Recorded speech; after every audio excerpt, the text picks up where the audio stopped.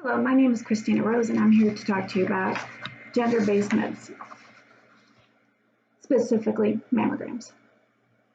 Now, I have had a few. I've been a patient. I am not a radiology tech or a radiologist, but I'm here to inform you that there needs to be an increased necessity for mammograms for men, women, and transgender individuals. First, I'm going to talk to you about the difference between sex and gender. Sex is biological, and it associates male or female with reproductive functions, and gender is social and cultural, and it means to either be masculine, feminine, transgender, or non-binary, and it's influenced by personal identities. So as you know, this is a mammogram machine, and it's used to help diagnose breast cancer in an individual. This machine can be used for men, women, and transgendered individuals. Now, with breast cancer, it is to be thought as specifically for women because women have a higher risk of developing breast cancer. Approximately 245,000 women in the United States alone will develop breast cancer this year. 41,000 will die.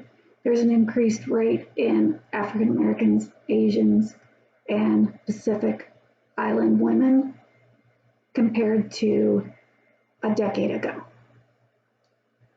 The average age for diagnosis is starting at 50 and beyond, but there has been a dramatic increase of diagnosis in women under 45, specifically for the triple negative breast cancer, which is estrogen based.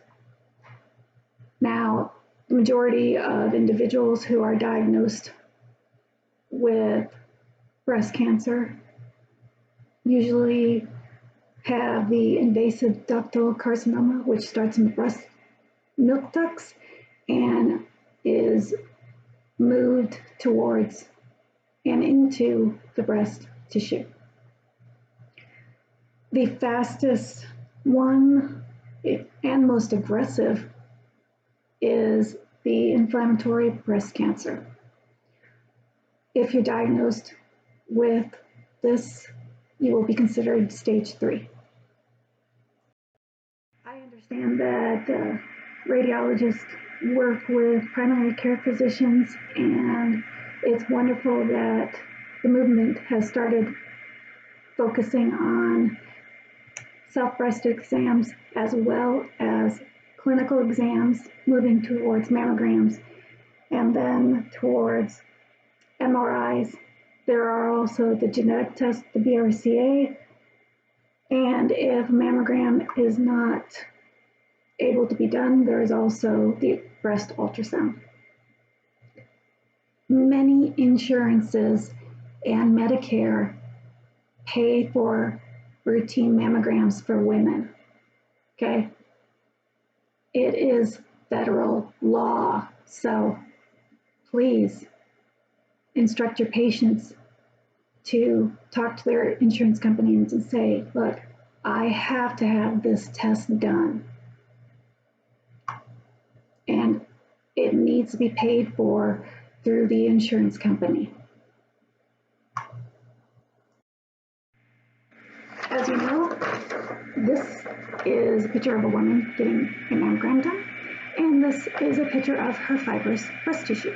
You've seen this many times, and the larger the breast, the more denser the tissue. And the tissue actually causes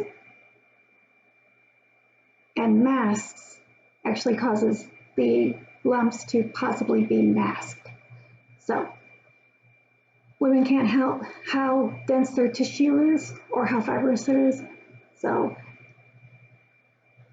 if you have to smush the breast more just to get a better reading, then the patient has to get it done in order to help save her life. There is normally the infiltrating ductal carcinoma and intraductal carcinoma. On an average, 2,200 men are diagnosed with breast cancer each year. 460 plus or minus will die from it here in the United States. They are considered 1% of the breast cancer population. And it's easier to detect through mammogram because they don't have the fibrous tissue, unless, and there are some cases that a man, usually a younger man between his teens and early 20s, can develop very fibrous, dense breast.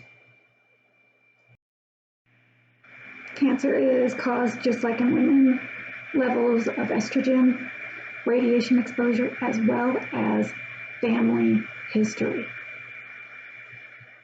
And there are, just like for women, the self-checks, the clinical exams, the mammograms, the MRIs, and for men, it's easier to diagnose using the nipple discharge test, which means that a sample from the discharge from the nipple is taken and put under a microscope to see if there are any cancerous cells growing.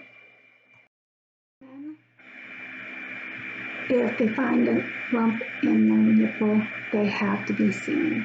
Okay, I know that breast cancer in men is not really heard of, but our patients need to be seen if they have a nipple lump. And also they need to see the primary care physician to have a clinical exam done. This will help save their lives. I know that most insurance and Medicare will not cover the routine annual exam for mammograms for men versus what they cover for women and transgender, and that needs to be changed because this is a huge gender-based medicine issue. Men need to get mammograms to save their lives. Also with men, just like women, mammograms are very private, very uncomfortable, and so here's a picture of a gentleman getting a mammogram, and he has much smaller breasts than most women, so his skin and tissue are being smushed. I know that's not the medical word, but being smushed quite a bit. And here's a picture of his mammogram. So see, it's a lot easier to see anything in this picture for men than for women because you don't see all the fibrous tissue. So please be patient with our male patients. And if they're embarrassed, please try to talk them through it because it needs to get done. It will help save their lives. As far as transgender